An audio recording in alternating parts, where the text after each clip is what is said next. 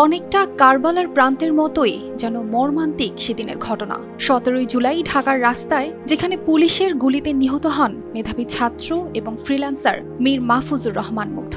তার এই আত্মত্যাগ আজও মানুষকে ভাবায় এবং অনুপ্রাণিত করে। সামাজিক মাধ্যমে তরুণ প্রজন্মের একটি বড় অংশ তার গ্রাফিতি, স্কেচ ও তার ফেসবুক স্ট্যাটাসকে বাণীর মতো করে শেয়ার করছেন।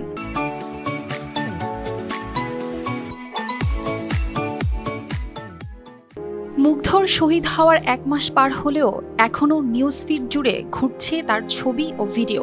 যদিও এই আন্দোলনে শুধু মুগ্ধ নয়, আরও হাজারো মানুষের রক্তে রক্তিম হয়েছিল দেশের রাজপথ। সেই ভয়াল দিনে মুগ্ধ যখন মাথায় গুলিবিদ্ধ হয়ে মাটিতে লুটিয়ে পড়েছিলেন, তখন সন্ধ্যা ঘনিয়ে আসছিল। তার বন্ধুরা অনেক চেষ্টা করেও তাকে সাথে সাথে হাসপাতালে নিতে পারেননি। মুগ্ধর কপালে গুলি লাগে এবং তা ডান কানের পাশ দিয়ে বের হয়ে যায়।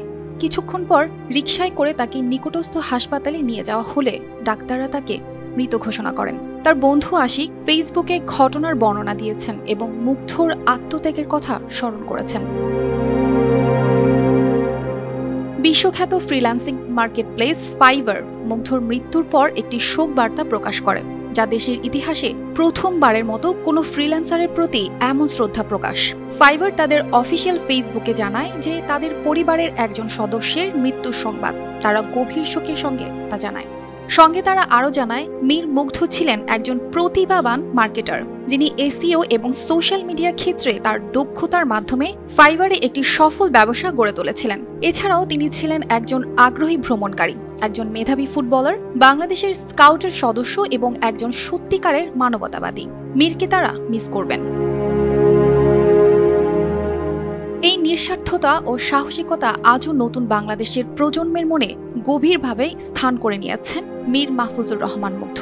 মৃত্যুর ঠিক 15 মিনিট আগেও তিনি শিক্ষার্থীদের জন্য পানি ও বিস্কুট নিয়ে তাদের পাশে দাঁড়িয়েছিলেন। সেই ভিডিও এখনও সামাজিক যোগাযোগ মাধ্যমে ভেসে বেড়াচ্ছে। মুগ্ধ তার নিজের মতোই যেন এক অব্যক্ত মুগ্ধতা ছড়িয়ে দিয়ে গেছে। মুগ্ধ শুধু একজন আন্দোলনকারী ছিলেন না, তিনি ছিলেন একজন প্রতিভাবান ফ্রিল্যান্সার। ফাইবারে তার প্রোফাইল দেখলেই তার অনন্য দক্ষতার প্রমাণ পাওয়া যায়।